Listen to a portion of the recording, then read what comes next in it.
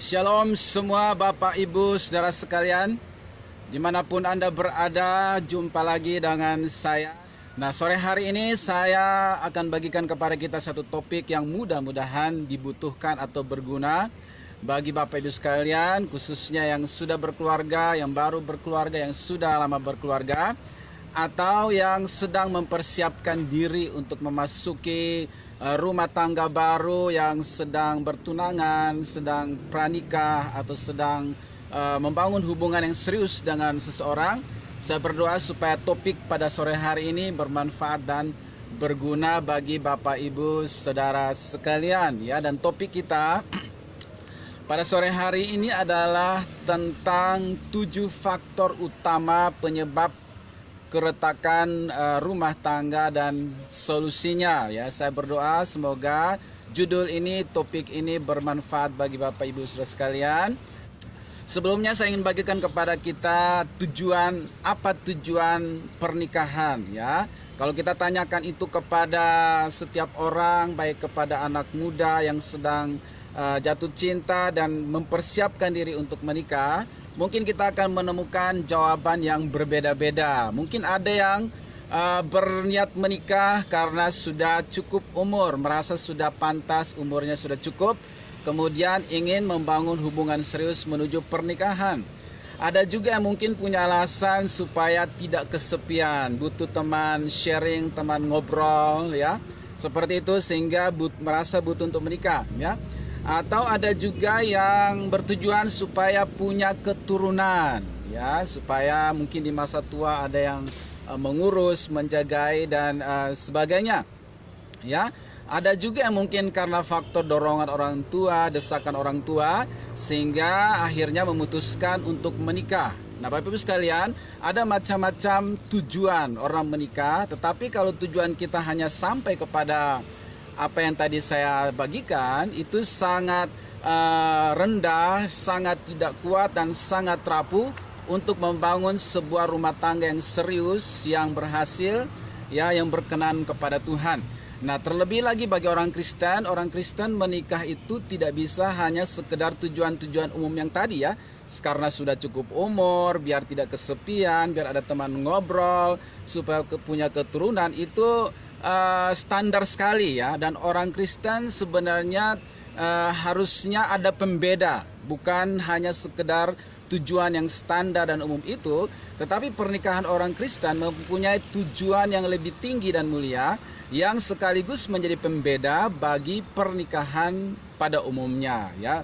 Nah, Bapak sekalian, menurut Alkitab atau firman Tuhan, sebenarnya apa sih tujuan pernikahan ya bagi anak Tuhan, bagi orang Kristen ya? Kita kembali kepada Kejadian pasal 1 ayat 27 dan 28. Di situ firman Tuhan katakan bahwa Allah menciptakan manusia itu laki-laki dan perempuan serupa segambar dengan Allah ya. Jadi laki-laki dan perempuan itu setara di hadapan Allah. Tidak berarti wanita lebih rendah derajatnya ya, tapi di mata Tuhan itu setara, karena dikatakan di dalam ayat itu bahwa Allah menciptakan laki-laki dan perempuan serupa segambar dengan Allah ya.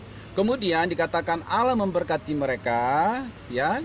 Kemudian dikatakan supaya mereka mempunyai keturunan, beranak cucu, penuhi bumi dan kuasai dan taklukan bumi.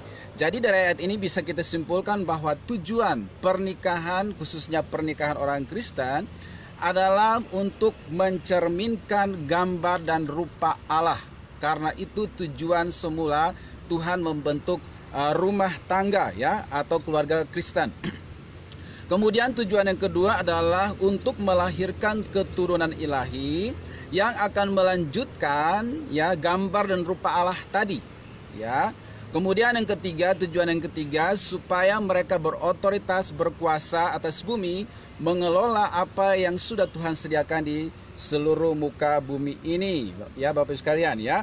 Kemudian ya, tujuan yang keempat adalah untuk ya memuliakan Allah. Jadi pernikahan Kristen itu tujuannya adalah untuk memuliakan Allah. Nah, di dalam perjanjian baru, Bapak sekalian, khususnya Di dalam Efesus pasal 5 ayat 22 sampai 23, di situ menjelaskan betapa sakralnya sebuah pernikahan, ya. Karena pernikahan itu menggambarkan hubungan antara Kristus dan jemaatnya. Makanya Kristus itu disebut mempelai pria dan gereja atau jemaat Tuhan disebut mempelai wanita. Dan suatu saat mempelai pria dan mempelai wanita ini, yaitu Kristus dan jemaatnya, dikatakan akan menikah, ya. Makanya di dalam Wahyu itu dikatakan ada pernikahan anak domba Allah, ya. Jadi pernikahan itu luar biasa sakralnya karena yang pria menggambarkan Kristus, ya, menggambarkan Kristus, ya, sedangkan yang wanita itu menggambarkan gereja, ya. Jadi pria dan wanita menikah untuk menggambarkan, ya, hubungan Kristus dan jemaatnya, ya. Makanya di dalam ayat ini dikatakan bahwa kepala daripada istri itu adalah suami dan kepala dari suami itu adalah Kristus, ya. Sebagaimana suami harus mengasihi istri seperti Kristus mengasihi jemaat sampai rela berkorban bagi jemaat, begitulah suami harus mengasihi istri. Ya, luar biasa. Kemudian dikatakan istri harus tunduk kepada suami sama seperti jemaat tunduk kepada Kristus. Jadi sakral sekali pernikahan itu karena menggambarkan hubungan Kristus dan jemaat, ya. Jadi bagi yang akan menikah, ya, harus disetting dulu tujuan menikah itu apa. Jangan hanya pernikahan dengan tujuan yang standar atau umum, ya, saudaraku, tetapi harus dengan tujuan Kristus, ya, saudaraku, ya.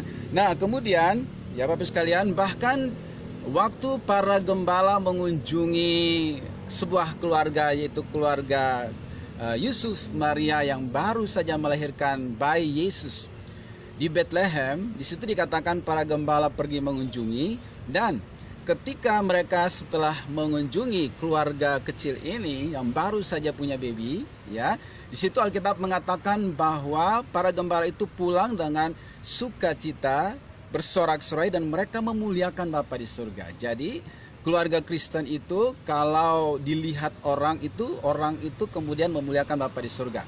Jadi rumah tangga Kristen itu tujuannya adalah mencerminkan Allah dan memuliakan Bapa di surga, dengan harapan orang-orang yang melihat keluarga-keluarga Kristen, mereka akan memuliakan Bapa di surga, sama seperti para gembala yang setelah mengunjungi keluarga Yusuf Maria yang baru melahirkan bayi Yesus, mereka bersukacita dan memuliakan Bapa di sorga, ya. Jadi tujuan pernikahan ini penting, ya. Jangan sampai kita melakukan sesuatu hanya karena semua orang telah melakukannya. Jangan menikah hanya karena semua orang sudah menikah, maka saya harus menikah, ya. Lakukanlah sesuatu karena Anda sudah tahu persis tujuan daripada hal itu, sehingga saudara akan men-setting atau mendudukkan perjalanan saudara di atas tujuan yang sudah ditetapkan sejak awal, ya. Sangat penting untuk memiliki tujuan, ya, sejak awal sebelum kita melakukan sesuatu, apalagi sesuatu itu adalah sangat penting menyangkut seumur hidup. Pernikahan itu bukan kontrak, bukan sehari dua hari, tapi masalah seumur hidup, ya. Nah, itu tujuan pernikahan. Kiranya Bapak Ibu bisa mengevaluasi atau yang akan menikah bisa men-setting ulang tujuan.